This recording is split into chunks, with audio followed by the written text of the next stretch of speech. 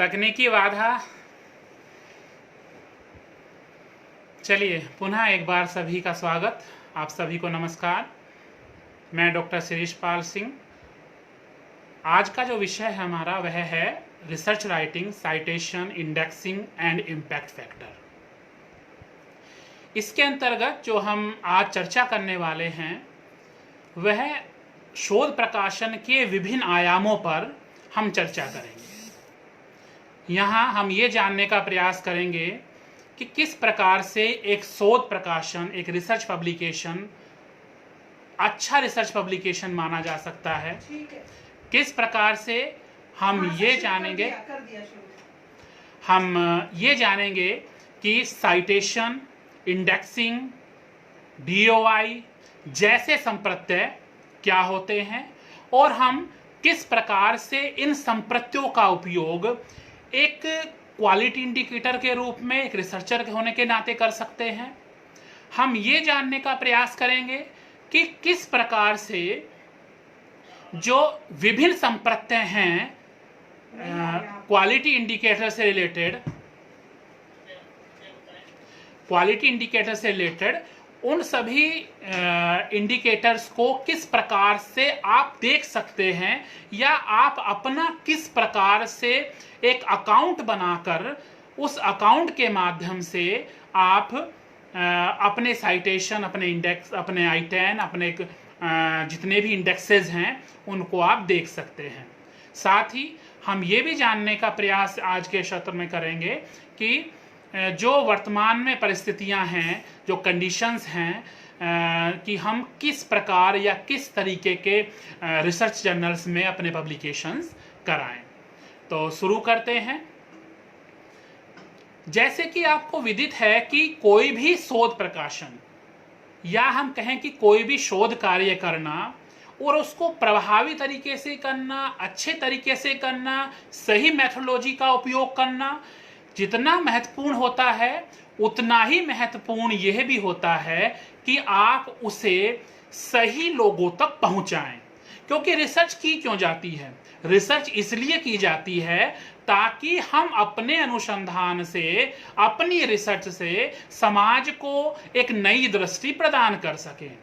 और यदि आपकी रिसर्च सही लोगों तक या सही ऑडियंस तक नहीं पहुंचेगी तो आपकी रिसर्च का पर्पस पूरा नहीं होगा। इसलिए आवश्यक यह है कि आपकी जो रिसर्च है वो सही कम्युनिटी तक पहुंचे, सही लोगों तक पहुंचे, साथ ही उन लोगों तक पहुंचे जिन लोगों को उस रिसर्च की आवश्यकता है।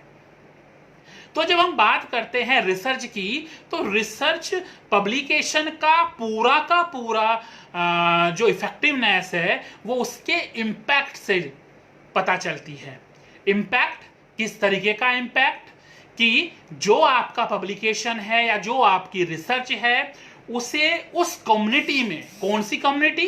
क्योंकि हम रिसर्चर हैं, हम एक ऐसा समूह है जहां हम इंटरेक्ट करते हैं एकेडमिक चीजों को, तो उस कम्युनिटी तक आपकी पहुंच हो जो कम्युनिटी आपके अनुसंधान को रीड करेगी, आपके अनुसंधान पर, आपकी रिसर्च पर डिस्कस करेगी, आपकी रिसर्च को यूज करेगी अपने अनुसंधानों में या भावी अनुसंधानों में, साथ ही आपके अनुसंधान को वो डिसेमिनेट करेगी उन व्यक्तियों के तक जिन व्यक्तियों को उस रिसर्च की सर्वाधिक आवश्यकता है। तो इस प्रकार से हम देखते हैं कि कोई भी शोध प्रकाशन या रिसर्च पब्लिकेशन तभी अपने उद्देश्यों की प्राप्ति कर पाएगा तब उसे सही ऑडियंस मिले, सही प्लेटफॉर्म मिले, सही लोगों तक उसकी पहुंच हो। अब हम जब बात करते हैं कि हम कैसे माने या कैसे जाने कि कौन सा शोध प्रकाशन ज्यादा महत्वपूर्ण है या कौन सा शोध प्रकाशन अच्छा है, कौन सा शोध प्रकाशन उतना अच्छा नहीं है, या हमें किन आधारों पर एक रिसर्च पब्लिकेशन के अच्छाई या उसके अपनी कम्युनिटी में एक सही जगह या सही स्थान पर होने की हम स्पष्टीकरण कर सकते हैं। तो यहाँ पर हम बात करते हैं कि 4 तरीके के आधार हैं, 4 बेसिस हैं। पहला बेस है जर्नल लेवल मैट्रिक्स का, दूसरा बेस है आर्टिकल लेवल मैट्रिक्स का, तीसरा बेस जो है वह है ऑथर लेवल मैट्रिक्स का, और चौथा जो आधार है वह कंपैरेटिवली काफी नया आधार है जिसको हम एल मैट्रिक्स के नाम से जानते हैं। तो जर्नल लेवल मैट्रिक्स क्या होती है ये जानना पहले आवश्यक है। क्यों? क्योंकि जब आप कोई शोध पत्र लिखते हैं तो हमेशा आप इस आशा में रहते हैं कि आपका शोध सही जर्नल में या सही शोध पत्रिका में प्रकाशित हो।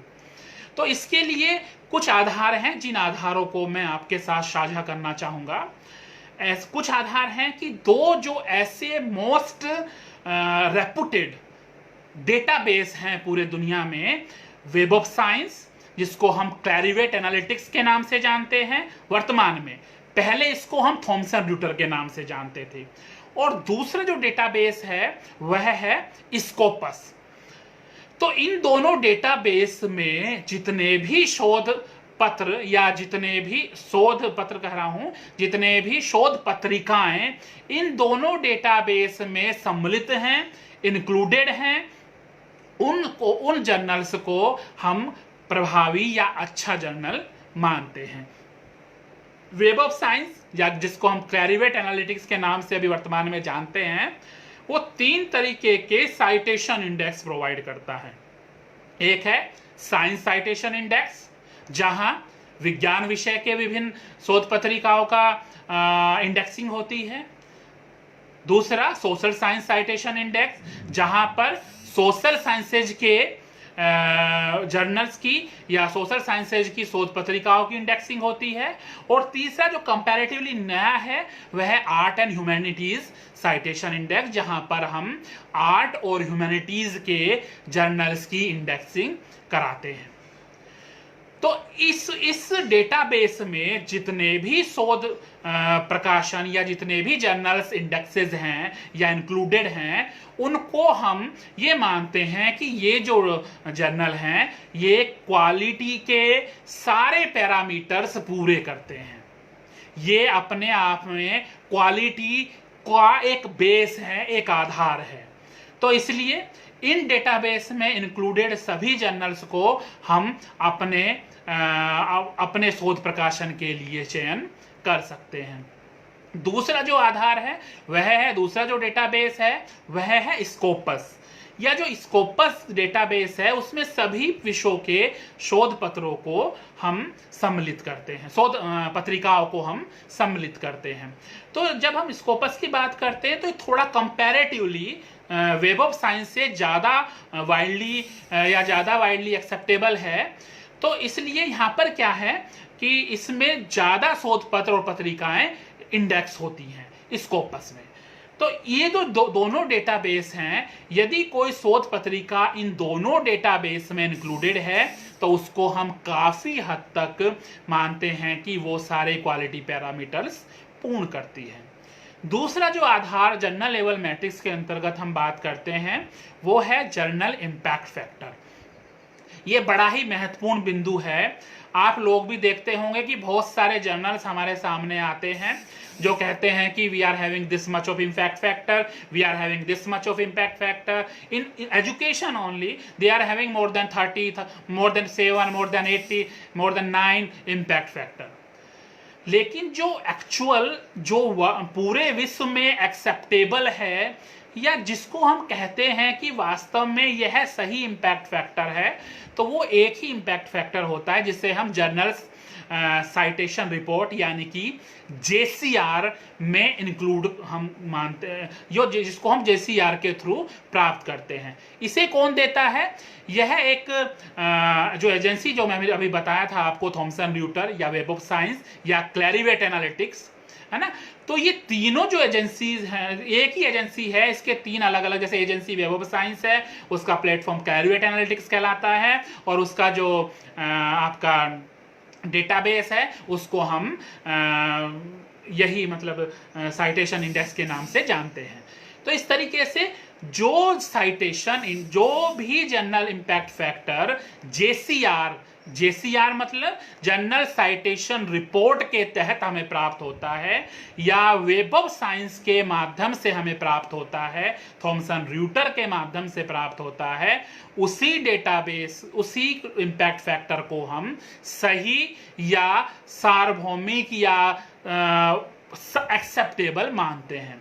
ऐसे बहुत सारे अन्य इम्पैक्ट फैक्टर भी बहुत सारे शोध पत्र पत्रिकाओं में लिखे होते हैं कि SJIF, ये GIF और बहुत सारे एक्सेट्रा, लेकिन उन इम्पैक्ट फैक्टर की वो एक एक्सेप्टेंस नहीं है।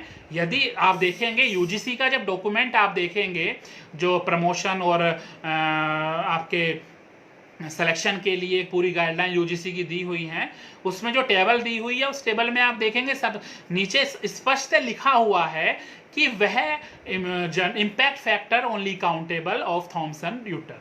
तो थॉमसन र्यूटर के द्वारा जो इम्पैक्ट फैक्टर दिया जाता है वह इम्पैक्ट फैक्टर काउंटेबल होता है। इसके अलावा स्कोपस के आधार पर भी या स्कोपस बेस मैट्रिक्स भी होती है जिसको हम साइट स्कोर के नाम से जानते हैं। एक तरीके का यह भी एक इम्पैक्ट फैक्टर है, पर क्योंकि स्कोपस अपना इम्पैक्ट फैक्टर नहीं देता है, क्योंकि स्कोपस क्या करता है कि स्कोपस इंडेक्स तो करता है जर्नल्स को, लेकिन वो अपना इम्पैक्ट फैक्टर अलग से नहीं देता, पर साइट स्कोर के रूप में इम्पैक्ट वहां पर प्रेजेंट करता है। तो इसको साइट स्कोर के नाम से हम जानते हैं। इसमें जो कंपैरेटिव कि पूरे साल में जितने भी डेटा, जितने भी रिसर्च उस प्रमुख जो पत्रिका में प्रकाशित हुए हैं उन सभी को कितना साइटेशन मिला है और किस प्रकार से उस शोध पत्रिका की अपने फील्ड में कंपैरेटिव, है ना, कंपैरेटिव एक रेपुटेशन है। उदाहरण के लिए हम यदि एजुकेशन की बात करें, शिक्षा की बात करें, तो शिक्षा के जितने भी जर्नल हैं वो सारे क्या कंपैरेटिव उनका एनालिसिस है, कितना साइटेशन उन्हें मिला है, कितना इम्पैक्ट उनका है, कितना टोटल साइटेशन है, उसके आधार पर वहां पर कंपैरेटिव एनालिसिस मिलता है स्कोपस डेटाबेस पर। अच्छा, अब ये तो बात हमने कर ली कि इम्पैक्ट फैक्टर सिर्फ एक ही काउंटेबल है, क्योंकि हम मान के चलते हैं कि बहुत सारे जर्नल्स हैं अलग अलग तरीके से वो इम्पैक्ट प्रेजेंट करते हैं। तो हम क्या करें, हमें जानने की जरूरत होती है कि इम्पैक्ट काउंट कैसे होता है। इसके लिए सीधा सा एक उपाय है या एक सीधा सा फॉर्मूला है कि total number of citation received in 2 preceding years divided by total number of papers published in that particular year of that journal। तो ये एक रेशो है कि उदाहरण के लिए एक शोध पत्रिका है, उसमें 20 पेपर पब्लिश हुए और टोटल 40 साइटेशन उसे मिले पिछले 2 सालों में, तो 40 डिवाइडेड बाय 20 यानी कि उसका इम्पैक्ट फैक्टर होगा 2। और वो भी कौन सा इम्पैक्ट फैक्टर, क्लैरिवेट एनालिसिस के द्वारा दिया गया, जिसको हम JCR जर्नल साइटेशन रिपोर्ट के नाम से जानते हैं। अब हम बात करते हैं स्कोपस बेस मैट्रिक्स की। तो और बहुत सारे इंडिकेटर्स हैं। एक शोधार्थी होने के नाते आपको सिर्फ ये जानना की आवश्यकता है कि जैसे सोर्स नॉर्मलाइज इम्पैक्ट पर पब्लिकेशन और सिमागो जर्नल रैंक, जिसको हम बात करते हैं कि किस प्रकार से उस जर्नल की एक कंपैरेटिव प्लेस है अपने फील्ड में। जैसे कि आप देखेंगे कि हर विषय अपना यूनिकनेस लिए होता है, हर विषय अपने आप में एक दूसरे से डिफरेंट है। जैसे हमने बात की एजुकेशन की, तो एजुकेशन के जो इम्पैक्ट हैं, एजुकेशन का जो प्रभाव है, वह कंपैरेटिवली साइंसेज के जर्नल से कम होता है ना। इसी तरीके से यदि हम साइंसेज में बात करें तो साइंस में भी अलग अलग फील्ड हैं। उदाहरण के लिए एक ही विषय हम ले लें, केमिस्ट्री ले लें, तो केमिस्ट्री में आप देखेंगे कि ऑर्गेनिक, फिजिकल और इनऑर्गेनिक 3 क्षेत्र हो सकते हैं और तीनों के अलग अलग स्पेसिफिक रिसर्च पब्लिकेशंस भी हो सकते हैं। तो अब आप देखेंगे कि तीनों अलग अलग हैं, है ना। तो तीनों अलग अलग हैं, लेकिन तीनों के विषय एक ही है। विषय क्या है? विषय केमिस्ट्री है, रसायन विज्ञान है। लेकिन आप यहां देखेंगे कि तीनों फील्ड के जर्नल्स के जो इम्पैक्ट फैक्टर हैं वो इम्पैक्ट फैक्टर डिफरेंट होते हैं।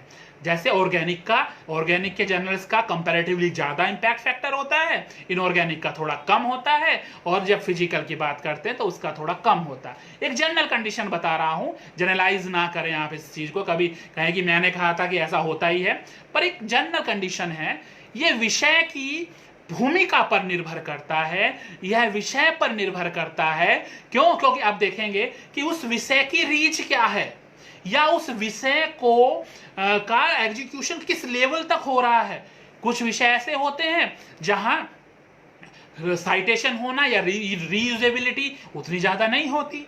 अब मान लिया इंग्लिश है ना, अंग्रेजी भाषा है, तो अंग्रेजी भाषा में कोई शोध पत्र आप लिखेंगे तो उसको ज्यादा रिप्रोड्यूस या री रिसर्च दोबारा से लोग उसको साइट नहीं इतना ज्यादा करेंगे, क्योंकि भाषा में एक थोड़ा सा इशू है, उतना ज्यादा इफेक्ट उस कम्युनिटी पे या उतना ज्यादा उसका इफेक्ट उस कम्युनिटी पे नहीं होता जितना कि साइंसेज का होता है। और साइंसेज में भी कुछ ऐसी साइंसेज हैं जैसे medical science, clinical science, clinical psychology, तो ऐसे विषय जिनका इमीडिएट इम्पैक्ट होता है उसके साइटेशन ज्यादा होते हैं, तो इसलिए उनका इम्पैक्ट भी ज्यादा होता है। तो ये बात हमने की कि जो जर्नल लेवल मैट्रिक्स हैं, तो आप कैसा जर्नल सेलेक्ट करें, कौन सी शोध पत्रिका आप चयन करें ताकि उसमें आप अपने पेपर को पब्लिश कराएं। तो पहला सिंपल आधार यही है, यदि आपको मिलता है तो आप स्कोपस और आपके जो क्लैरिवेट एनालिटिक्स है उसमें साइट होने वाले, उसमें इंडेक्स होने वाले, उसमें एब्स्ट्रैक्टिंग होने वाले किसी भी शोध पत्रिका में आप शोध पत्र का प्रकाशन कर सकते हैं। दूसरा जो आधार है गुणवत्ता का, वह है आर्टिकल लेवल मैट्रिक्स, यानी कि उस लेख से संबंधित मैट्रिक्स जो लेख प्रकाशित हुआ है। अब इसको कैसे कैलकुलेट करते हैं या होता क्या है, ये है कि how many times your article was cited by other journals and what is the tracking in that particular social media of your publication, है ना, and what is the geographical distribution of your cited paper, यानी कि जो आपका paper है उसका जो site हो रहा है वो कहां कहां हो रहा है, किन किन फील्ड में हो रहा है, कितने लोग उसको साइट कर रहे हैं और उसका ज्योग्राफिकल डिस्ट्रीब्यूशन क्या है। इन आधारों पर हम आर्टिकल लेवल मैट्रिक्स की कैलकुलेशन करते हैं। जो ऑथर लेवल मैट्रिक्स है वो थोड़ी इंपॉर्टेंट होती है एक रिसर्चर के लिए, एक शोधार्थी के लिए। क्यों? क्योंकि जितने भी इंडेक्सेस हैं वो हम ऑथर लेवल मैट्रिक्स से हमें मिलते हैं। इसमें क्या क्या है? इसमें है, सबसे पहले है एच इंडेक्स, बहुत इंपॉर्टेंट इंडेक्स है एच। इसको रॉबर्ट ई हिरिच के द्वारा 2005 में प्रस्तावित किया गया था। इसमें क्या होता है, एच इंडेक्स में होता क्या है? एच इंडेक्स में यदि हम इसको डिफाइन करने का प्रयास करें तो आप देखेंगे कि इसमें इसकी डेफिनेशन ये है कि your publication having at least, your H publication is having at least H citation. It means if you are having number of publication and your H publications are having H number of citation, that will be your H index। क्या मतलब है इसका कि आपके जो publication, उदाहरण से हम समझ सकते हैं इसको बहुत अच्छे से। आपके 100 पब्लिकेशंस हैं, 100 शोध पत्र हैं आपके, उन 100 शोध पत्रों में आपके जो 30 शोध पत्र हैं उनमें उनको जो साइटेशन मिला है वो कम से कम 30 या उससे अधिक मिला है, तो आपका एच इंडेक्स क्या होगा? 30 होगा। लेकिन आपके ऐसे पब्लिकेशन जो 25 हैं तो उनको 25 या उससे ज्यादा साइटेशन मिला हुआ है 25 पब्लिकेशंस को, तो वो आपका एच इंडेक्स क्या होगा? 25 होगा, 25 होगा। सिंपली यदि हम देखें या कैलकुलेट करने का प्रयास करें कि total number of citation divided by total number of publication, और एक जो एवरेज निकल के आता है, that average and all the papers having more then that average citation counted under H index.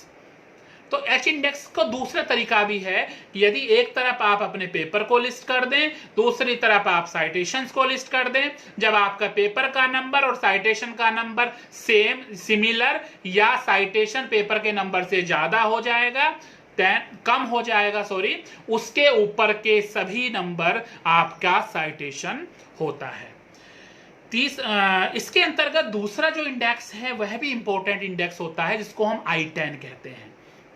I10 क्या है कि आपके कितने पब्लिकेशंस कम से कम 10 साइटेशन वाले हैं, कम से कम 10 लोगों के द्वारा उनको साइट किया गया है, ऐसे नंबर ऑफ पब्लिकेशन आपके I10 के अंतर्गत काउंट होते हैं। तो जितने आपका I10 है, इट मीन्स उतने ही आप, जितने आपके 10 नंबर के 10 से ज्यादा साइटेड पेपर हैं वो आपके I10 के अंतर्गत आते हैं। तीसरा जो इसके अंतर्गत एक साइट इंडेक्स है वह है टोटल साइटेशन। इट मीन्स आपके कितने टोटल साइटेशंस हैं, कितने साइटेशन आपके कुल हैं, वह जानना टोटल साइटेशन के अंतर्गत आता है कि आपके कितने पेपर्स हैं और वो कितने नंबर ऑफ साइटेशंस आपके वहां पर हैं। तो इस प्रकार से हम देखते हैं कि 3 प्रमुख साइटेशन इंडेक्सेस हैं जिनका हम उपयोग कर सकते हैं एक रिसर्चर की क्वालिटी को जानने के लिए कि उसका पब्लिकेशन कितना इफेक्टिव है, किस प्रकार से वह समाज में अपने पब्लिकेशन के माध्यम से योगदान दे पा रहा है, या उसके उस फील्ड में कितने लोग उसको साइट कर रहे हैं। इसमें एक दूसरा साइटेशन अकाउंट भी होता है H इंडेक्स के से जैसा ही, क्योंकि H इंडेक्स क्या है, एक नंबर ऑफ साइटेशन तो बताता है, लेकिन वह ये नहीं बताता कि एक पर्टिकुलर रिसर्चर का क्या इंपैक्ट एक टाइम पीरियड में रहा है। तो उसके लिए आजकल एक नए साइटेशन इंडेक्स की गणना की जाने लगी है, जिसको हम M इंडेक्स के नाम से जानते हैं। वह क्या है, H divided by M, N, यानी कि जितना आपका H है, कितने सालों में उस H को आपने ऑक्युपाई किया है। उदाहरण के लिए आपका H इंडेक्स है 20 और आप पिछले 5 साल से रिसर्च के फील्ड में काम कर रहे हैं, तो 20 divided by 5 is equal to 4, यानी कि आपका M इंडेक्स जो होगा वो 4 होगा। तो इस प्रकार से जो शोधार्थी से संबंधित इंडेक्सेस हैं वो काफी महत्वपूर्ण भूमिका निभाते हैं एक रिसर्चर को एस्टैब्लिश करने में कि वो कितना प्रभावी है इस फील्ड में। जब तो 3 प्रकार की हम इंडेक्सेस को स्पष्ट कर चुके हैं। अब हम बात करते हैं कि आप जाने कैसे, आप कैसे पता लगाएं कि आपके कितने इंडेक्सेस हैं या किस प्रकार से आपके जो पब्लिकेशंस हैं वो पब्लिकेशन को कितना साइटेशन मिल रहा है इस फील्ड में। उसके लिए आवश्यक ये है कि आप लोग, यदि आप लोग अभी भी अवेलेबल हैं गूगल पर, तो आप चाहें तो गूगल में गूगल स्कॉलर आप टाइप करिए। गूगल स्कॉलर आप टाइप करके, चाहें तो आप स्टेप्स नोट कर सकते हैं। गूगल स्कॉलर आप टाइप करिए गूगल में। गूगल स्कॉलर जब आपके सामने सम्मुख प्रस्तुत हो जाएगा, तब उसके ऊपर एक लिखा होता है माई साइटेशन या माई प्रोफाइल। वहां जाकर आप अपना प्रोफाइल बना सकते हैं। किसी भी सोशल मीडिया पर बनाए जाने वाले प्रोफाइल के मुकाबले काफी इजी प्रोसेस है। यहाँ पर आपको अपना नाम स्पष्ट रूप से बताना होता है, आपका फील्ड क्या है, आपका इंस्टीट्यूशन ईमेल आईडी क्या है ना।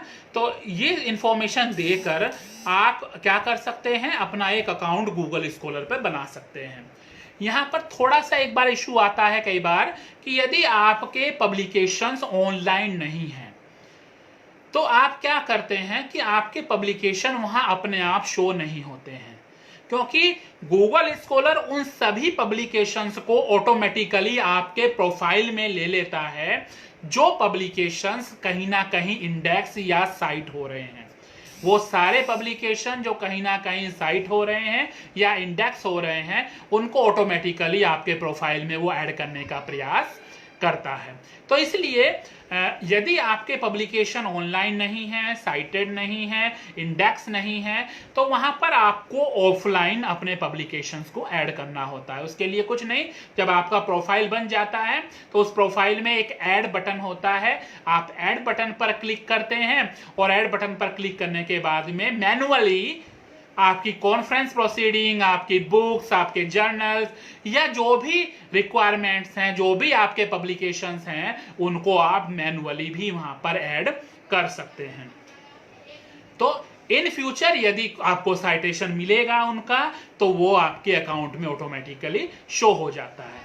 इसी तरीके से राइट हैंड साइड में गूगल स्कॉलर पर वो सारी कैलकुलेशंस अवेलेबल होती हैं जिनके बारे में मैंने अभी आपको बात की है कि टोटल आपका क्या साइटेशन है, टोटल I10 क्या है, टोटल इम्पैक्ट क्या है, वो सारी कैलकुलेशंस वहां पर अवेलेबल होती हैं। इसके लिए दूसरा सोर्स भी है। यदि आपके पास स्कोपस है, यदि आपके पास स्कोपस है तो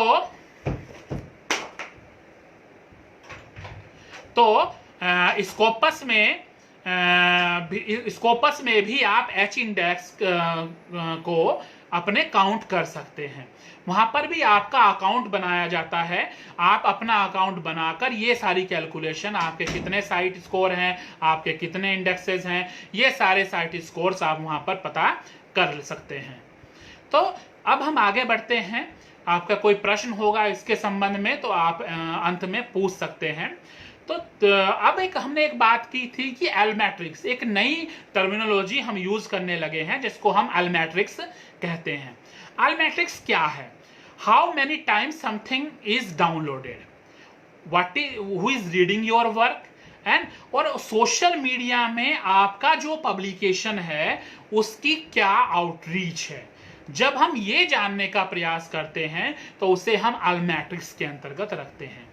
आजकल काफी ये कॉम्बिनेशन या काफी ये जैसा कि आप देखेंगे कि बहुत सारे सोशल प्लेटफॉर्म हैं, जैसे कि रिसर्च गेट है या और बहुत सारे सोशल प्लेटफॉर्म हैं जहां पर हम एकेडमिक इंटरेक्शंस करते हैं। वहां पर आपके उन इंटरेक्शंस के आधार पर, उन डिस्कशन के आधार पर आपको एक रैंकिंग भी मिलती है। तो उस प्लेटफॉर्म पर आप किस तरीके से, आप किस प्रकार से आपके पब्लिकेशन की आउटरीच है, आप किस प्रकार से वहां पर अपने पब्लिकेशंस को पाते हैं, ये सब एलमैट्रिक्स के अंतर्गत काउंट होता है। अब हमने ये चर्चा की कि साइटेशन क्या होता है, I10 क्या होता है, इम्पैक्ट फैक्टर क्या होता है। इन सारी चर्चाओं के बाद में ये हमने बहुत देर से हम बात कर रहे हैं कि साइटेशन एक इंपॉर्टेंट कंसेप्ट के रूप में है। तो साइटेशन होता क्या है? साइटेशन की जब हम बात करते हैं तो दो तरीके का साइटेशन, दो तरीके का या दो प्रोसेस होते हैं साइटेशन के। कि एक तो जो भी हम whatever we are citing in our research, जो हम अपनी रिसर्च में साइट करते हैं, और जो हमारी रिसर्च से दूसरे लोग साइट करते हैं, दोनों चीजें महत्वपूर्ण हैं। हम जो साइट करते हैं, है ना, हम जो साइट करते हैं वो हमारी पब्लिकेशन की क्वालिटी को बताता है, गुणवत्ता को बताता है। क्यों? क्योंकि ये माना जाता है कि जितना ज्यादा इंटेक्स साइटेशन होगा, जितना ज्यादा आपके पब्लिकेशंस में रिसर्च सपोर्ट होगा, उतना ही ज्यादा इफेक्टिव आपका रिसर्च पब्लिकेशन होगा। तो मैक्सिमम साइटेशन जितना आपका होगा, जितना रिसर्च सपोर्ट आपको मिला है, जितना आपने पब्लिकेशन के लिए किया है, वो सारा इंटेक्स साइटेशन के नाम से हम जानते हैं, उसको हम प्रॉपरली रेफर करते हैं। साथ ही रेफर करने के लिए भी आपको प्रॉपरली अपने विषय के अनुसार, अपने फील्ड के अनुसार आप साइटेशन अकाउंट का चयन कर, अपने स्टाइल का चयन कर सकते हैं। जैसे for example in education basically we are using APA, American psychological association का जो फॉर्मेट है, और उसमें भी जो 7th एडिशन है रिसेंटली हम अभी अपडेट हुआ है, उसको हम यूज करते हैं। तो इस प्रकार से हम देखते हैं कि हम जो साइट कर रहे हैं वो हमारी पब्लिकेशन की, वो हमारी रिसर्च की गुणवत्ता को बढ़ाता है। और जितना हम साइट करेंगे उतनी हमारा एनरिच होगा कंटेंट। साथ ही जब आपका पब्लिक डोमेन में पेपर आएगा, वो पब्लिक डोमेन में पब्लिकेशन आपका जब उसे दूसरे लोग साइट करेंगे, तो आपके जितने भी इंडेक्सेज हैं, जितने भी स्कोर्स हैं, citation indexes, impact factor, H index, I10, वो सारे के सारे इंडेक्सेज आपको फिर पब्लिक डोमेन में जब आपका पेपर आएगा तब आपको काउंट होंगे। तो जो आप साइट करते हैं अपनी रिसर्च को एनरिच करने के लिए, जो आपकी रिसर्च के आधार पर अन्य व्यक्ति व्यक्ति साइट करते हैं आपकी, ताकि वो आपकी रिसर्च की रीच बढ़ सके, आपकी रिसर्च उस ऑडियंस तक पहुंच सके जिस ऑडियंस के लिए बेसिकली आपने वो रिसर्च की है। तो इसके लिए हम साइटेशन की बात करते हैं, ये हमारा साइटेशन होता है और हम उसके लिए प्रॉपर साइटेशन प्रोसीजर का फॉलो करते हैं। जैसे एजुकेशन में ये डिपेंड भी करता है, रिसर्च जर्नल पर भी ये डिपेंड करता है कि शोध प्रकाशन कौन सा शोध पब्लिकेशन है वो किस फॉर्मेट को फॉलो करता है। ऐसे बहुत सारे एजुकेशन के जर्नल भी हैं जो किसी अन्य फॉर्मेट को फॉलो करते हैं, हो सकता है वो एमएलए फॉर्मेट को फॉलो करते हों या किसी दूसरे अन्य फॉर्मेट को फॉलो करते हैं। तो इसलिए यह एक हमेशा डाउट का एक माध्यम रहता है कि किस तरीके से पहले हमें देखना यही है कि अपने विषय में किस प्रोसीजर को फॉलो किया जा रहा है और उस शोध पत्रिका में, जिस शोध पत्रिका में आप पब्लिकेशन करना चाहते हैं, उस शोध पत्रिका में किस फॉर्मेट का उपयोग किया जा रहा है। तो इस तरीके से आप अपने साइटेशन का पता लगा सकते हैं। आप जान सकते हैं कि कितने साइटेशंस आपको मिले हैं और कितने इंडेक्सेस आपके पेपर को मिलते हैं। दूसरा तरीका यह है कि जब आप साइटेशन करते हैं तो कई बार बहुत तरीका होता है कि किस तरीके से हम लिखें, या कई बार डिफ़िकल्ट होता है गूगल से हम कोई भी डॉक्यूमेंट निकालते हैं, डाउनलोड करते हैं। तो सबसे बढ़िया यह भी एक तरीका है कि आप जो सर्च करें, जो एकेडमिक डॉक्यूमेंट सर्च करें, वो गूगल स्कॉलर से सर्च करें।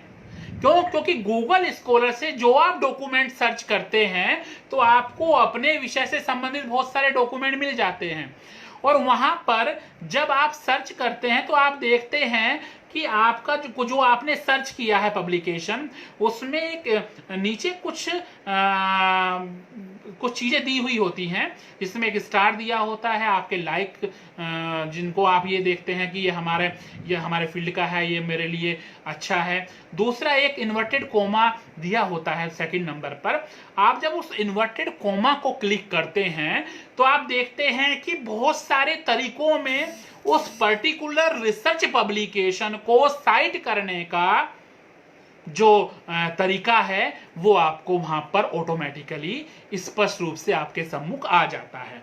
तो एमएलए में modern language association, APA, Chicago, Harvard या फिर दूसरा कोई तरीका, तो वो सारे तरीके ऑटोमेटिकली गूगल स्कॉलर बता देता है। तो जब आप कोई भी डॉक्यूमेंट गूगल स्कॉलर से डाउनलोड करते हैं तो बड़ा इजी रहता है यह जानना कि किस प्रकार से आप उसको साइट करें।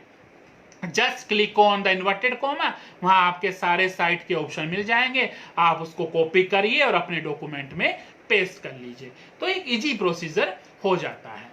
दूसरा एक जो कंसेप्ट है वो भी मैं आप लोगों से डिस्कस करना चाहता हूं कि जब भी आप पब्लिकेशन कराएं तो दो तरीके होते हैं पब्लिकेशन के, ओपन एक्सेस और क्लोज एक्सेस।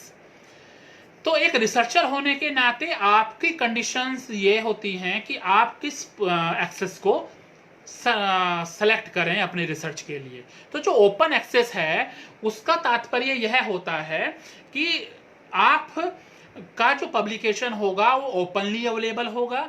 कोई भी व्यक्ति जिसे चाहत है वो अपने रिसर्च को आपकी रिसर्च से साइट कर सकता है, उसको आप अपने जर्नल में, अपने पेपर में स्थान दे सकता है ना। तो इस तरीके से ओपन एक्सेस जो प्लेटफॉर्म है वहां पर आप जो ओपन एक्सेस जर्नल हैं उनसे आपकी रीच बढ़ती है। तो इसलिए आप ओपन एक्सेस जर्नल्स को सेलेक्ट करें अपने पब्लिकेशंस के लिए। क्यों? क्योंकि क्लोज एक्सेस में जो सामने वाला रिसर्चर यदि आपके पब्लिकेशन से रेफरेंस लेना चाहेगा तो उसको पे करना होगा, उसको सब्सक्राइब करना होगा, तो उन व्यक्तियों तक उसकी रीच नहीं पहुंचेगी उस पब्लिकेशन की जिन तक पहुंचनी चाहिए, है ना। तो इसलिए हमेशा यह ध्यान रखें कि ओपन एक्सेस जर्नल में, लेकिन यहाँ पर एक प्रश्न भी आता है कई बार कि ओपन एक्सेस जर्नल में जब हम पब्लिश करते हैं, दो तरीके के ओपन एक्सेस जर्नल्स होते हैं। एक तो ऐसा जो सब्सक्रिप्शन आपसे डिमांड करता है और दूसरे ओपन एक्सेस जर्नल ऐसे होते हैं जो सब्सक्रिप्शन डिमांड नहीं करते। तो आपको प्रयास यह करें कि जो सब्सक्रिप्शन डिमांड नहीं करते उन जर्नल्स को सर्च करें, क्योंकि जो ज़्यादातर ओपन एक्सेस जर्नल्स हैं वो आपसे पब्लिकेशन फी या चार्जेस की डिमांड करते हैं। हालांकि ये लिमिटेशन नहीं है, बहुत सारे स्कोपस जर्नल्स जो हैं, मैं अभी बाद में एंड में डिस्कस भी करने वाला हूं कि यूजीसी का जो केयर पोर्टल है उसमें आप किस तरीके से सर्च करें और किस तरीके से आप अपने पब्लिकेशंस के लिए अच्छे जर्नल की तलाश करें।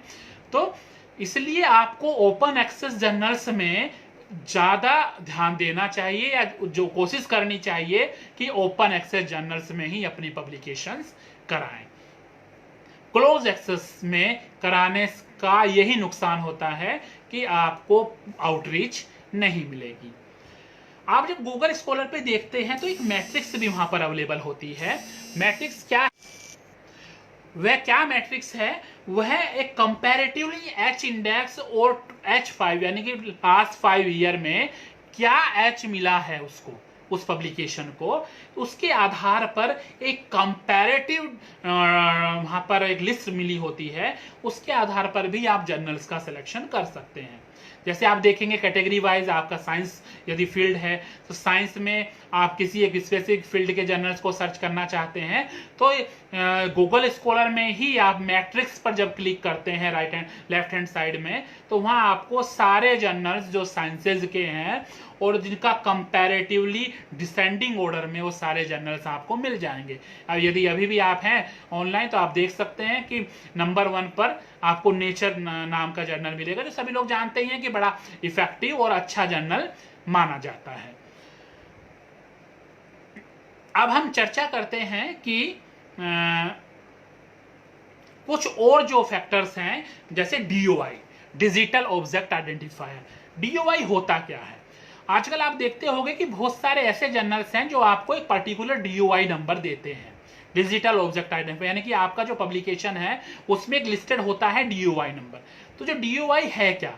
DOI एक अल्फा न्यूमेरिक सीरीज होती है, जिस सीरीज में हम ये करते हैं कि वो जो पब्लिकेशन है आपके उसको एक यूनिक आइडेंटिटी प्रोवाइड करने का काम DOI करता है।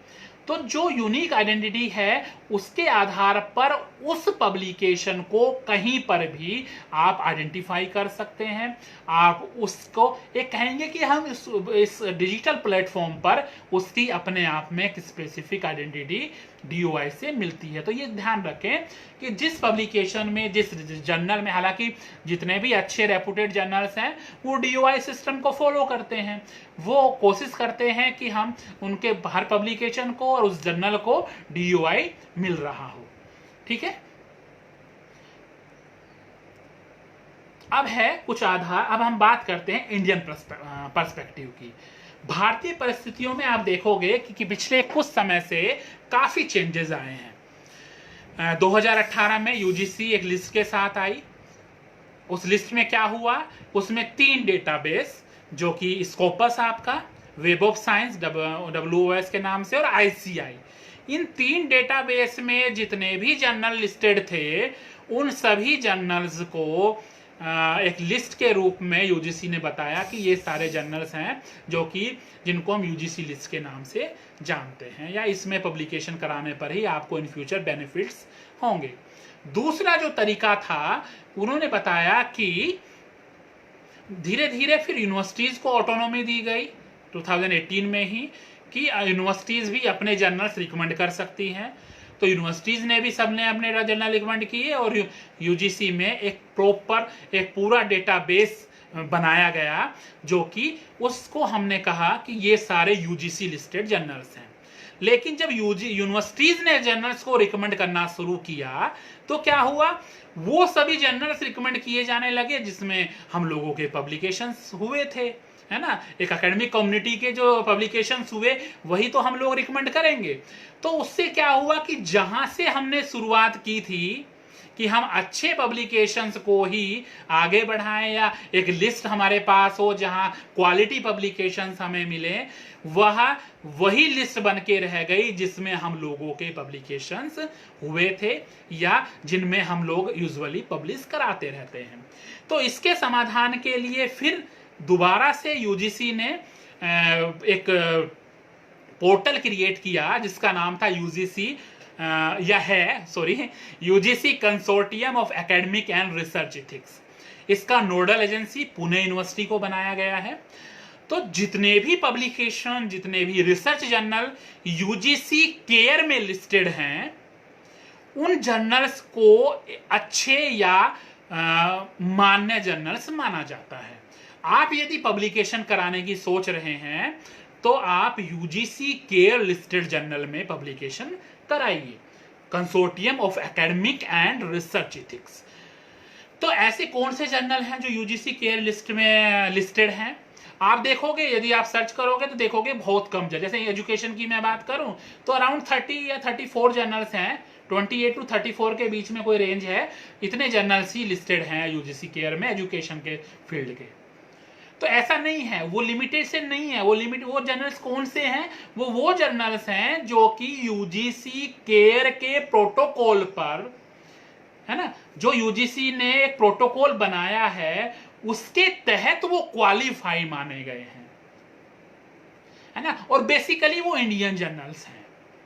तो जो यूजीसी केयर की फर्स्ट लिस्ट है या लिस्ट 1 या ग्रुप 1 है, उसमें वो सारे जर्नल इंक्लूडेड हैं जो journals those found qualified through UGC care protocol.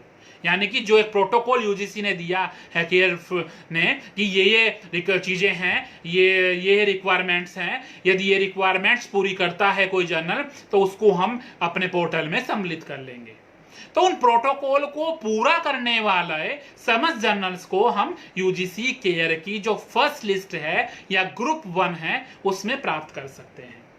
अब यूजीसी केयर की जो ग्रुप 2 या सेकंड लिस्ट है वो कौन सी है? वह वही लिस्ट है जो मैंने शुरुआत में आपसे बात की थी। क्या? कि जो समस्त जर्नल आपके स्कोपस एवं Clarivate Analytics / web of science / Thomson Reuter में लिस्टेड हैं। तो इन सारे जर्नल्स को यूजीसी के केयर लिस्ट सेकंड में स्थान दिया गया है। यहां पर भी एक बड़ा इशू आता है कई बार, क्योंकि थॉमसन र्यूटर, स्कोपस या किसी भी अन्य डेटाबेस में जो जर्नल्स की लिस्ट है वो डायनामिक होती है, वो चेंज होती रहती है। कंटिन्यू रहना या डिसकंटिन्यू होना अपने आप में उस लिस्ट में मौजूद रहता है। तो आप हमेशा उस अपडेटेड लिस्ट को देखते रहें कि कोई पर्टिकुलर जर्नल वर्तमान में किस स्थिति में उस लिस्ट से जुड़ा हुआ है। यदि वह अभी स्टिल कंटिन्यू है तो उसी को आप मान के चलिए, है ना, उसी को आप मान के चलिए। और यदि वो डिसकंटिन्यू हो गया और कब से डिसकंटिन्यू हुआ है ये भी एक बार देख लीजिए। अभी मैं बहुत सारे ईमेल्स भी देखता हूं, मेरे पास भी आते रहते हैं, आप लोगों के पास भी आते रहते होंगे कि publish your paper in UGC care listed journals, free publication, very less contribution and publish your paper immediately in Thomson Reuter, Scopus journals. असल में इस फील्ड में भी बहुत ज़्यादा एक ऐसा विषय आ चुका है कि बहुत सारे फेक जर्नल्स भी जो हैं इस फील्ड में अवेलेबल हैं। तो आप हमेशा ये ध्यान रखें कि उस लिस्ट में, है ना, उस लिस्ट में जो जर्नल्स हैं उनसे जरूर एक बार मैच कर लीजिए क्या वह पर्टिकुलर जर्नल उस लिस्ट में है या नहीं है।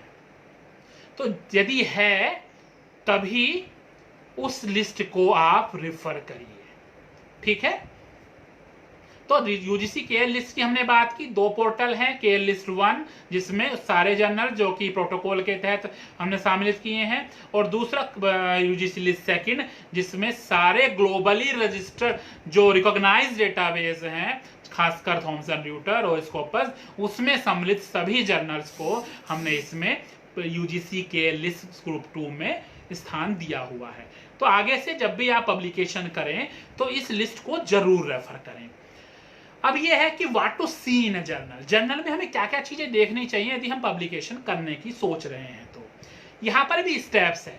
रिसर्चर होने के नाते जरूरी नहीं है कि आप सारे स्टेप्स को फॉलो ही करो, कुछ स्टेप्स को भी फॉलो कर रहे हैं तो भी सफिशिएंट है। उस पर्टिकुलर जर्नल को ISSN दिया हो, पीयर रिव्यूड हो वो जर्नल, वो ऑनलाइन प्लेटफॉर्म पर हो, है ना, उसका इंडेक्सिंग कहीं ना कहीं हो रहा हो, DOI उसे दिया हुआ हो, DOI हो उस जर्नल में, स्कोपस में उस जर्नल को इंडेक्स किया हुआ हो, थॉमसन रॉयटर्स अगले स्टेप पर आता है, उसमें थोड़े कम जर्नल इंडेक्सेस होते हैं, और फाइनली JCR के तहत इम्पैक्ट फैक्टर उस जर्नल को मिला हो। तो ये कुछ चीजें हैं जो हमें देखनी चाहिए यदि हम किसी पर्टिकुलर जर्नल को सेलेक्ट कर रहे हैं तो या नहीं। तो आप देखेंगे कि इस तरीके से हमने ये तो देखा कि हमें कहाँ पब्लिश कराना है, किस प्रकार से पब्लिश कराना है, लेकिन ये पब्लिकेशन का जो फील्ड है उतना इजी भी नहीं है। यहाँ पर भी बहुत सारे ऐसी चीजें हैं कि जिनसे आपको ये देखना होता है, जैसे एक हम बात यदि हम थिंक करें, क्रिटिकली थिंक करें इस पब्लिकेशन फील्ड की, तो एक बहुत बड़ा क्वेश्चन आता है कि इज इट कॉम्प्रिहेंसिव। क्यों? क्योंकि जितने भी ग्लोबली रिकॉग्नाइज डेटाबेस हैं उसमें कुल मिलाकर जितने भी साइंटिफिक पब्लिकेशन हैं उनके सिर्फ 3 से 5% जर्नल ही उन ग्लोबली रिकॉग्नाइज डेटाबेस में इंक्लूडेड हैं। तो इसलिए ये बड़ा इशू आता है कि क्या उनको हम सिर्फ 5% जर्नलों पर ही हम फोकस करें। दूसरी बात यह है कि सभी प्रकार के आर्टिकल्स या सभी प्रकार के जर्नल्स एक ही फील्ड पर हम रखें वो जरूरी नहीं है। क्यों? क्योंकि रिव्यू आर्टिकल की आप बात करें ज्यादा साइटेशंस मिलता है, केस स्टडीज की बात करें उनको साइटेशन इतना नहीं मिलता है, क्योंकि उनका पर्टिकुलर जो जनरलाइजेशन है वो एक लिमिटेड कम्युनिटी तक होता है, उससे बियॉन्ड हम जनरलाइज नहीं कर सकते। तो इसलिए सब्जेक्ट का भी है। अब हिस्ट्री को आप इम्यूनोलॉजी से तो तुलना नहीं कर सकते, है ना, हिस्ट्री का अपना स्कोप है, इम्यूनोलॉजी का अपना स्कोप है। तो आप जब देखते हैं कि साथ ही यहाँ पर मैनिपुलेशंस ऑफ रैंकिंग का भी बड़ा कंसेप्ट है, सेल्फ साइटेशन को प्रमोट करना, यानी कि जर्नल अपने ही पेपर्स को साइटेशन को प्रमोट करे अपने उसी जर्नल में, हालांकि सेल्फ साइटेशन को अब काउंट नहीं किया जा रहा है दूसरे जर्नल्स में, लेकिन उसको साइटेशन करा लेते हैं वो लोग। और कुछ जर्नल्स जो है ज्यादा प्रिफर करते हैं रिव्यू आर्टिकल्स के पब्लिकेशन के लिए। क्यों? क्योंकि उनको ये रहता है कि यदि रिव्यू आर्टिकल होंगे तो ज्यादा साइटेशन मिलेगा, तो इसलिए हमारे पब्लिकेशन का, हमारे रिसर्च, हमारे जर्नल की रीच जो है बढ़ेगी, है ना। और साथ ही बहुत सारे पब्लिकेशन अपने ही जर्नल के सेल्फ साइटेशन को भी प्रमोट करते हैं। मैथ्यू इफेक्ट का भी यहाँ पर कंसेप्ट आता है। मैथ्यू इफेक्ट क्या है कि जो the rich get richer and poor get poor.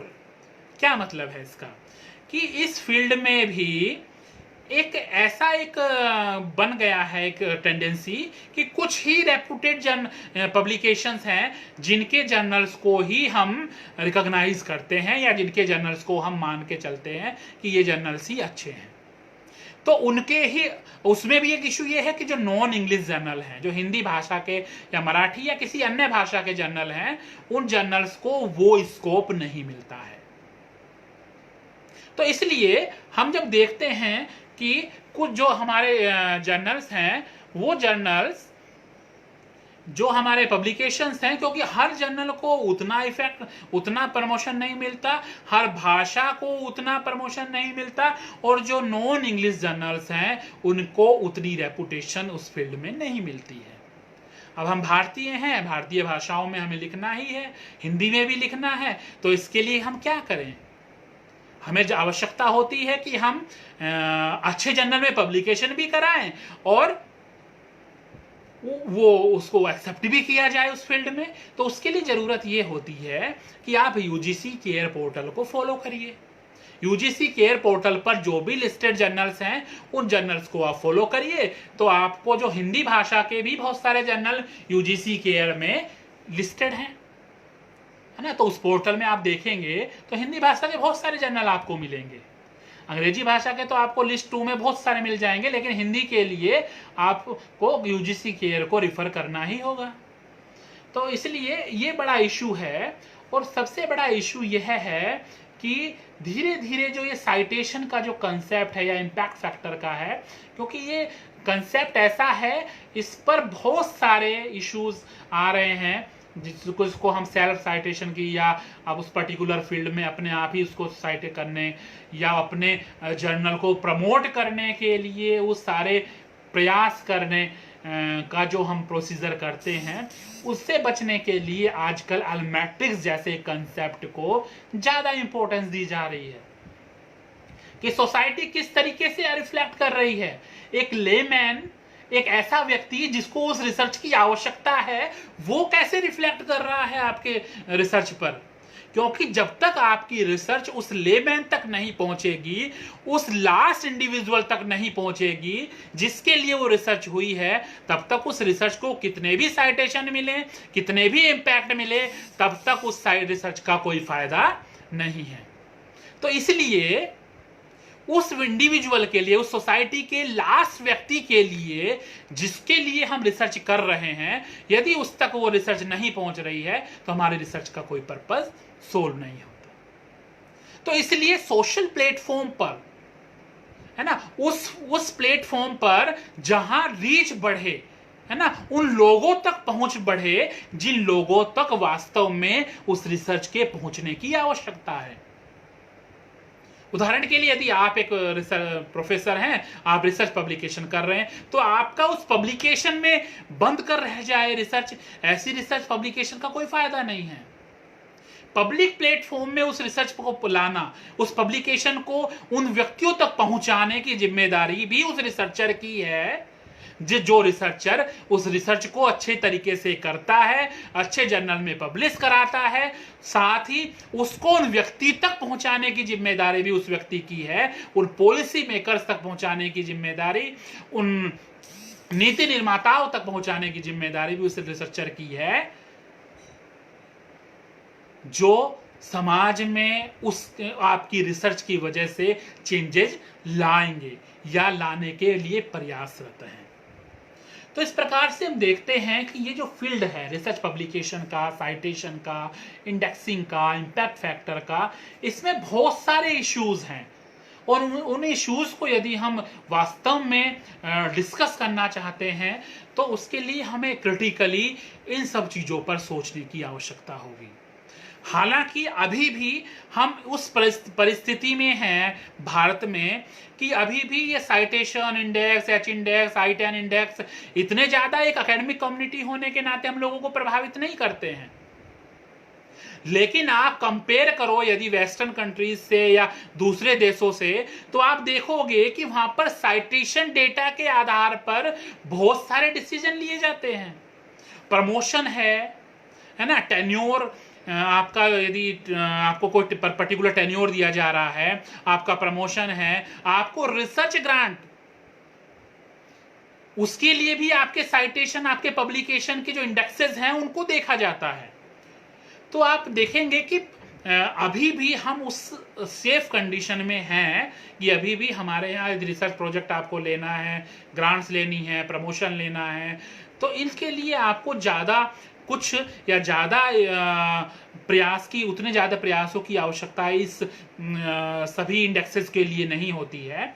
लेकिन आप बाहर देखें या बाहर किसी फेलोशिप के लिए अप्लाई करें, आप देखेंगे प्रोजेक्ट के लिए अप्लाई करें, तो उनके मैंने कई जगह देखा, यूरोपियन यूनियन का या कई प्लेटफॉर्म पर मैंने देखा प्रोजेक्ट के लिए, तो वो डिमांड करते हैं कि आपके कितने साइटेशंस हैं, कितने एच इंडेक्स हैं, कितने पब्लिकेशंस आपके उन ग्लोबली रिकॉग्नाइज्ड जर्नल्स में हैं। इवन आप देखोगे कि इंडिया में भी वो ट्रेडिशन, वो चलन अभी शुरू होने लगा है, डिमांड की जाने लगी है कि हाउ मेनी स्कोपस और Thomson Reuter publication you are having, how many Clarivate Analytics publication you are having, तो वो भी लिस्ट आपको देनी होती है। तो इस तरीके से यदि हम जाने, प्रयास करें, तो आप इस फील्ड में शुरुआत कर सकते हैं, आगे बढ़ने की शुरुआत कर सकते हैं।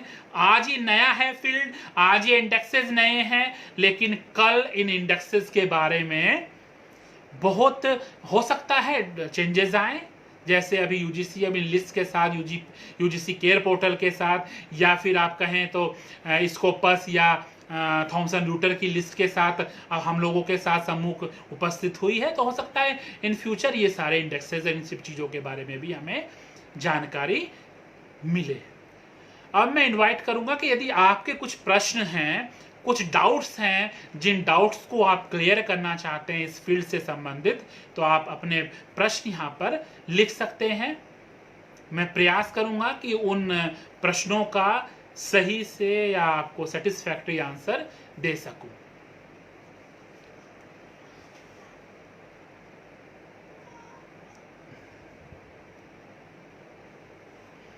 अश्विनी मिश्रा पूछ रहे हैं कि सर मेरा सवाल है कि कितने जर्नल शिक्षा में हिंदी में है जिसमें हिंदी मीडियम के शोधार्थी अपना पेपर छपवा सकते हैं। तो बहुत सारे जर्नल हैं हिंदी में, तो हजारों जर्नल हैं, आप सर्च कर सकते हैं, लेकिन केयर पोर्टल पर लिमिटेड जर्नल ही आपको मिलेंगे जो हिंदी भाषा के होंगे। जरूरी नहीं है, एक शोधार्थी को अभी आवश्यकता बिल्कुल भी नहीं है कि हम अभी सिर्फ केयर पोर्टल के बारे में सोचें, क्योंकि यूजीसी ने ओब्लिक करके रेफर्ड और पीयर रिव्यूड जर्नल के लिए भी एक स्पेस छोड़ा हुआ है। तो अच्छी ऑर्गेनाइजेशन जैसे हो सकता है न्यूपा या नीपार, एनसीईआरटी, आईसीएसएसआर या बहुत कोई भी अच्छी ऑर्गेनाइजेशन है जो इस लेवल पर काम कर रही है, यदि उसके जर्नल्स आपको मिलते हैं तो आप जरूर वहां पब्लिश कराइए, चाहे वो केयर लिस्ट में हो चाहे ना हो, क्योंकि एक शोधार्थी के लिए या एक रिसर्चर के लिए एक स्पेस अभी भी है कि यूजीसी केयर ऑब्लिक जो आपके रेफर्ड और पीयर रिव्यूड जर्नल हैं उनको भी यहाँ पर स्थान दिया गया है। और कोई प्रश्न आपका हो बताइए।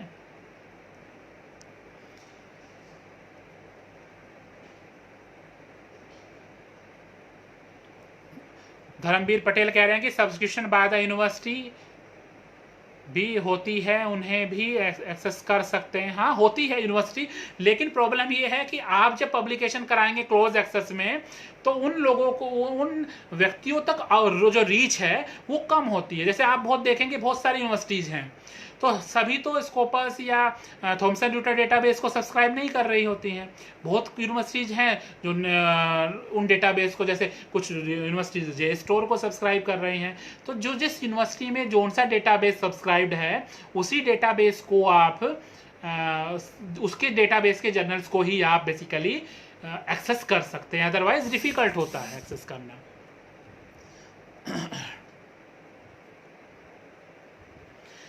हाँ, एक सचदेवा पूछ रहे हैं कि मैनुअली आर्टिकल गूगल स्कॉलर पर कैसे अपलोड किया जाता है। आप स्कैन डॉक्यूमेंट करने की आवश्यकता नहीं है, आपको वहां पर जस्ट इंफॉर्मेशन देनी होती हैं। टाइटल ऑफ योर पब्लिकेशन, आपके ऑथर्स कौन कौन हैं, कब पब्लिश हुआ, आपका कोई ग्रुप है तो उसका लिंक, ये सारी इंफॉर्मेशन आपको देकर अपनी इंफॉर्मेशन को आप अपलोड कर सकते हैं। इन फ्यूचर यदि कोई हार्ड कॉपी में या हार्ड जो आपके पेपर अवेलेबल हैं उनको यदि रेफर करेगा तो वहां से डेटा को मैच करके साइटेशन और एच इंडेक्स जैसे जो कैलकुलेशंस है वो आपके अकाउंट में ऑटोमेटिकली आ जाएंगी। डॉक्टर पंडा पूछ रहे हैं कि भारतीय भाषाओं में लिखित शोध पत्र इनमें इंडेक्स होते हैं। देखिए पहले ही मैंने बताया कि सिर्फ अंग्रेजी भाषा के जर्नल्स को ही ये इंडेक्स करती हैं। भारतीय भाषाओं के जर्नल्स को यदि आपको देखना है तो उसके लिए यूजीसी केयर पोर्टल में सम्मिलित जर्नल्स को आप सम्मिलित करें, और खासकर जो रेयर हैं, जो जिनका इतना स्कोप नहीं है, उनके लिए आप यदि देखना चाहते हैं तो उनके लिए आप सिर्फ यूजीसी के जो पीयर रिव्यूड और रेफर्ड जर्नल्स को भी रेफर कर सकते हैं। डॉक्टर पांडे पूछ रहे हैं कि आजकल अधिकतर जर्नल्स में इम्पैक्ट फैक्टर दिया रहता है। हाँ दिया रहता है, बहुत सारे जर्नल्स में दिया रहता है। कल ही मेरी किसी से बात हो रही थी कि मैंने अभी अपना पेपर पब्लिश कराया, that was of 7.9 impact, education का जर्नल और 7.9 इम्पैक्ट का। तो फिर मैंने पूछा कि किस ऑर्गेनाइजेशन ने दिया है, तो यहाँ उन्होंने बताया कि इस ऑर्गेनाइजेशन का है वो। तो देखिए एक बड़ा इशू आता है इसमें कि हर ऑर्गेनाइजेशन के इम्पैक्ट को हम नहीं फॉलो कर सकते। हमें कुछ स्पेसिफिक हमने जो बताया कि जो हमारा जो थॉमसन ड्यूटर या क्लैरिवेट एनालिटिक्स है उसी के इम्पैक्ट को हम कंसिडर कर रहे हैं। क्यों कर रहे हैं कि ग्लोबली वही एक्सेप्टेबल है, यूजीसी वही एक्सेप्ट कर रही है, इसलिए एक इशू होता है।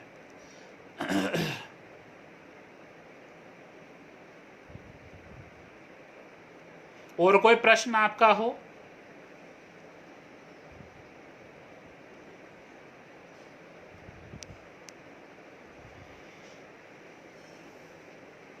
कोई प्रश्न आपका और हो तो आप बताइए, अदरवाइज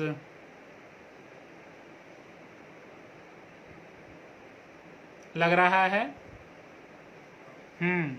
रंजन कुमार साहू, देर आए दुरुस्त आए। Most of the Scopus index journal ask for APC for open access. Although we wish to publish our work in those journals and under open access for wide reach, but due to the APC, we are unable to do the same. What is your viewpoint to publish an article by paying APC for a researcher? मैं बता चुका हूँ वैसे रंजन इस बारे में कि दो तरीके के जर्नल्स होते हैं।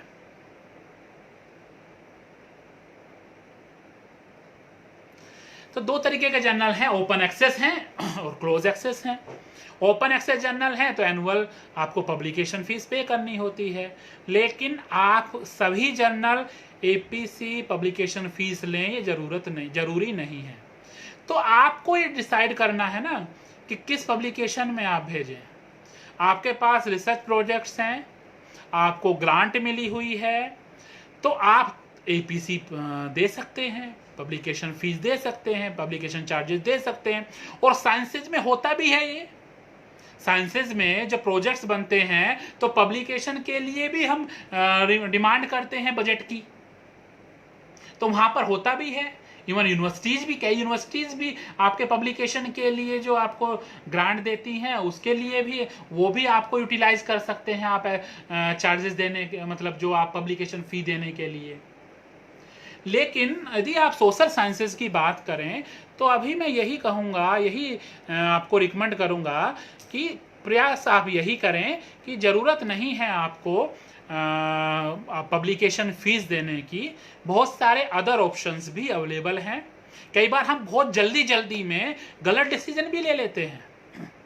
बहुत सारे हमारे स्कॉलर्स ऐसे हैं जो सिर्फ देखा, जैसे अब मैं एक एग्जांपल बताऊं कि थॉमसन ड्यूटर लिखा हुआ है, उस पर थोड़ा सा भी नाम अलग कर दिया, थोड़ा सा भी चेंज कर दिया, तो वहां पर हमें लगता है कि ये वही जर्नल है, इसमें पब्लिश करा लेते हैं।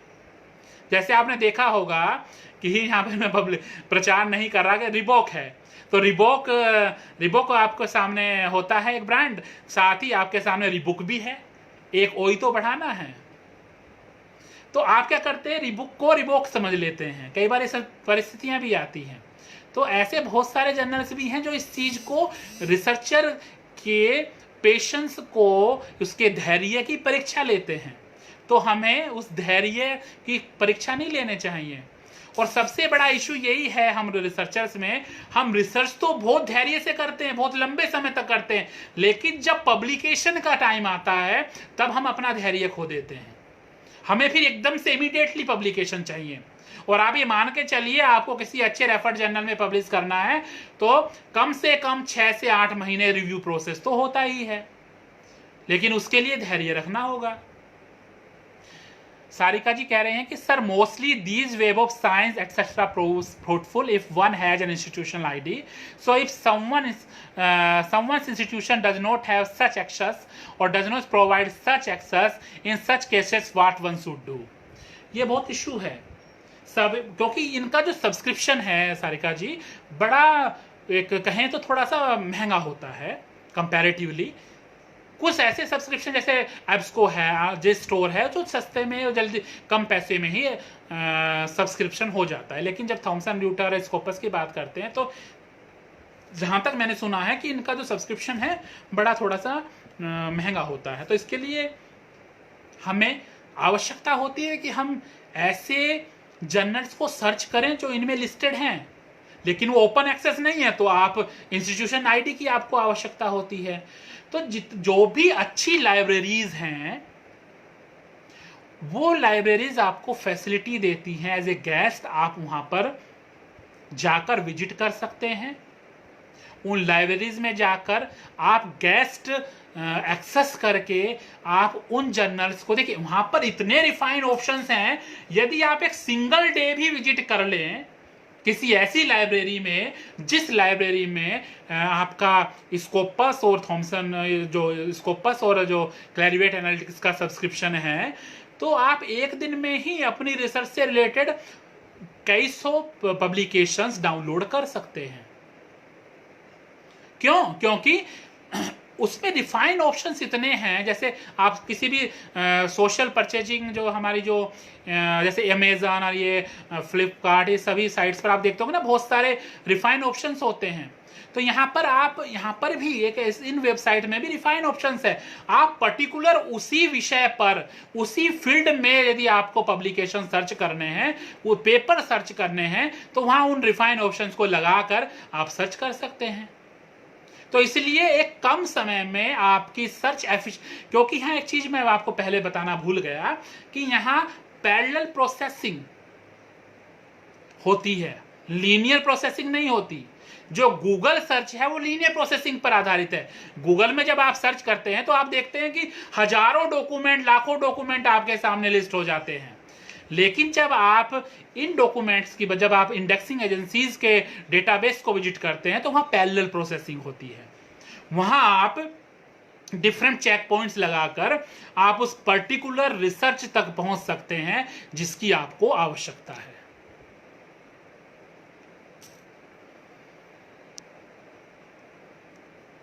डॉक्टर पांडे पूछ रहे हैं कि क्लोज एक्सेस जर्नल में प्रकाशन के फायदे हैं। फायदा तो देखो, अगले आपको यदि अपने लिए प्रकाशन करना है तो आप क्लोज एक्सेस में कराएं, किसी भी जर्नल में कराएं, फायदा तो है ही, यदि वो जर्नल उस प्रॉपर डेटाबेस में लिस्टेड है। लेकिन यदि आपको आउटरीच, लोगों तक पहुंचना है ना, लोगों तक पहुंचने के लिए तो आपको ओपन एक्सेस जर्नल की आवश्यकता होगी ही। यदि ओपन एक्सेस जर्नल में नहीं कराएंगे तो आप लोगों तक नहीं पहुंच पाएंगे।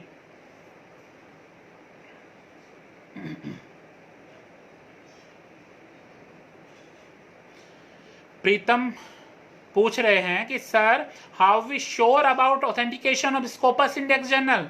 Today so many UGC listed journals are also available in duplicate form. Now there is no UGC list. आपको ये क्लियर होगा, अब इसको केएल लिस्ट ही है। तो ऑथेंटिकेशन श्योर करने के लिए जरूरी है कि स्कोपस की जो जर्नल की जो लिस्ट है, उस लिस्ट को आप देखते रहें। हमारे केयर पोर्टल पर भी वो लिस्ट अवेलेबल है। उसमें सारी, अब उसमें नाम आ गया इसका मतलब ये लिस्टेड नहीं है, उसके सामने बहुत सारे कॉलम दिए गए होते हैं। आप वहां देखिए कि कंटिन्यू है या नहीं है। उसमें लिखा होता है continue from this year, discontinue from this year. तो ये चीज आपको उस लिस्ट में से, क्योंकि हर साल ये जो डेटाबेस है अपनी लिस्ट को अपडेट करते रहते हैं, तो आपको आवश्यकता यही है कि आप उस अपडेटेड लिस्ट को देखते रहें।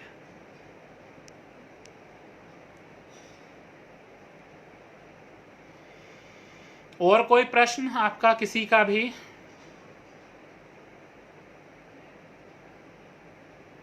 रिसर्चर हैं अभी तो ज्यादा घबराने की आवश्यकता नहीं है। पीयर रिव्यूड जर्नल में कराइए, रेफर्ड जर्नल में पब्लिकेशन कराइए, वो भी काउंटेबल होगा। हाँ, प्रोफेसर बन जाएं तो यूजीसी केयर की तरफ आप बढ़िए। मेरा रिकमेंडेशन यही है कि यूजीसी केयर को आप प्रायोरिटी में रखिए। लेकिन if you need immediate publication, for example researcher हैं, आपको अपनी थीसिस से संबंधित 2 पेपर्स आपको पब्लिश कराने होते हैं। अब क्योंकि देखिए रिव्यूज में बहुत टाइम लगता है, तो रिव्यू को, अब रिव्यू जर्नल के लिए एक इशू ये होता है कि 6-8 1 साल तक का भी समय लग जाता है। तो अब इतना समय एक रिसर्चर के पास तो नहीं होता, तो उसके लिए आप पीयर रिव्यूड और रेफर्ड जर्नल्स को भी कंसीडर कर सकते हैं। हाँ, लेकिन एक बार आप थीसिस कर लें तो आगे जो प्रयास करें वो उन जर्नल्स के लिए भी कर सकते हैं।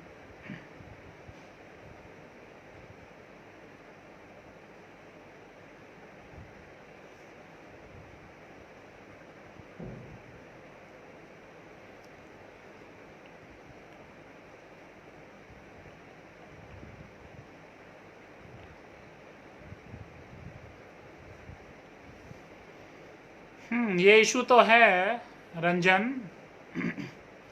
स्कोपस जर्नल में आप भेजेंगे पब्लिकेशन तो they need enriched content, they need enrich language inputs, और ये आता ही है कि लैंग्वेज इश्यूज होते ही हैं, है ना। तो जरूरी नहीं है कि हम स्कोपस जर्नल्स में ही भेजें यदि लैंग्वेज इश्यूज हैं। और दूसरी बात जो आप कह रहे हैं कि यदि हम किसी से लैंग्वेज एडिटिंग कराते हैं तो इसमें कोई बुराई थोड़ी है। हम लोगों की सबकी लैंग्वेज उतनी अच्छी हो, उतनी कमांड हो, जरूरी थोड़ी है। और हमारी कमांड यदि एक पर्टिकुलर लैंग्वेज पे नहीं है तो वो हमारी कमी नहीं है, उसको हम एक्सेप्ट करें। हम यदि हिंदी में अच्छा लिखते हैं तो हमारे लिए बहुत सारे जर्नल्स हैं हिंदी के, उनको अच्छे पब्लिकेशन नहीं मिलते हैं करने के लिए। बहुत सारे एजेंसीज हैं जो जो हमारी जो हमारे एनसीटी, एनसीईआरटी या नीपा के जर्नल्स हैं, आप देखें बहुत सारे जर्नल्स अवेलेबल हैं वहां पर हिंदी में, तो वहां पर भी आप पब्लिकेशन के लिए अपने जर्नल्स को भेज सकते हैं। और इथिकल कंसिडरेशन की जब बात आती है तो बहुत सारे इश्यूज होते ही हैं। आपकी थीसिस यदि आप इंग्लिश में लिख रहे हैं, आप इंग्लिश उसको पब्लिकेशन के लिए आप पेपर कहीं अच्छे जर्नल में बाहर भेजना चाहते हैं, तो किसी व्यक्ति से यदि आप लैंग्वेज एडिटिंग कराते हैं तो मेरी रिकमेंडेशन तो ये है, आपको पता नहीं सही लगेगी या नहीं, उस व्यक्ति को भी आप अपने पब्लिकेशन में ऐड करिए। क्यों? क्योंकि उसने भी तो कंट्रीब्यूट किया है आपके रिसर्च के पेपर में, उसको पेपर को अच्छा बनाने में उसका कंट्रीब्यूशन है या नहीं है। तो उसको यदि आप अपने पब्लिकेशन में या तो एक्नॉलेज करें या एक एज को ऑथर के रूप में ऐड करें, तो ये जो एथिकल कंसिडरेशंस हैं वहां पर पूरी हो जाती हैं। इसलिए आप देखते होंगे ना कि साइंसेज में तो यदि आपने लैब यूज की है तो भी आपका नाम उस पेपर में एज ए को ऑथर आ जाता है। क्यों? क्योंकि उस लैब के आधार पर ही तो आपका रिजल्ट्स आ पाए, तो वहां पर ये करते ही हैं साइंसेज में। तो क्यों नहीं हम सोशल साइंसेज में ये कर सकते हैं यदि हम हेल्प ले रहे हैं। ठीक है। सो आई थिंक अब कुछ ज्यादा प्रश्न नहीं आ रहे हैं, प्रश्न होते तो मैं जवाब देता आप लोगों के। अश्विनी मिश्रा पूछ रही सर कितने प्रकार के शोध पत्र लिख सकते हैं। ये मेरा आज डेलिब्रेशन का विषय नहीं है, मुझसे अलग से पूछ लेना तुम। रिव्यू आर्टिकल लिख सकते हैं हम, और रिसर्च बेस्ड पब्लिकेशंस लिख सकते हैं, बहुत सारे प्रकार हैं। और कुछ भी रिसर्च जो कुछ भी हम लिखते हैं वो रिसर्च पब्लिकेशन ही होता है। क्यों? जब आप साइटेशन दे रहे होते हैं, जब आप प्रॉपर रेफरेंसिंग दे रहे होते हैं, तो आप उस फील्ड को एक्सप्लोर करके ही तो रिफर कर रहे होते हैं चीजों को। तो इसलिए जो भी लिखते हैं वो पब्लिकेशन ही होता है, रिसर्च पब्लिकेशन ही होता है। So I think now I should complete my this session. Thank you so much आप सभी को जुड़े रहने के लिए मेरे साथ। हालांकि बहुत सारे लोग आप ऐसे हैं जो काफ़ी हम कई बार डिस्कशन कर चुके हैं इस संबंध में। थैंक यू सो मच, आप सभी को धन्यवाद। आप लोगों ने मुझे सुना, मौका दिया। ये मेरा फेवरेट विषय है, इस पर आप लोगों से मैं डिस्कशन कर पाया। Thank you doctor Somu for providing me this platform. Now good day, thank you. Thank you doctor Anjali, thank you Anamika, thank you Gajanan और सभी जिन्होंने सुना, जिन्होंने प्रश्न किया। आपको कोई यदि और भी कोई प्रश्न है इससे रिलेटेड, आप मेरे व्हाट्सएप पे मुझे भेज सकते हैं। प्रयास करूंगा कि उसको मैं सही से आंसर कर पाऊँ। So thankful to you teacher educators group and doctor Somu. फिर मिलते हैं जल्दी ही। धन्यवाद आप सभी का।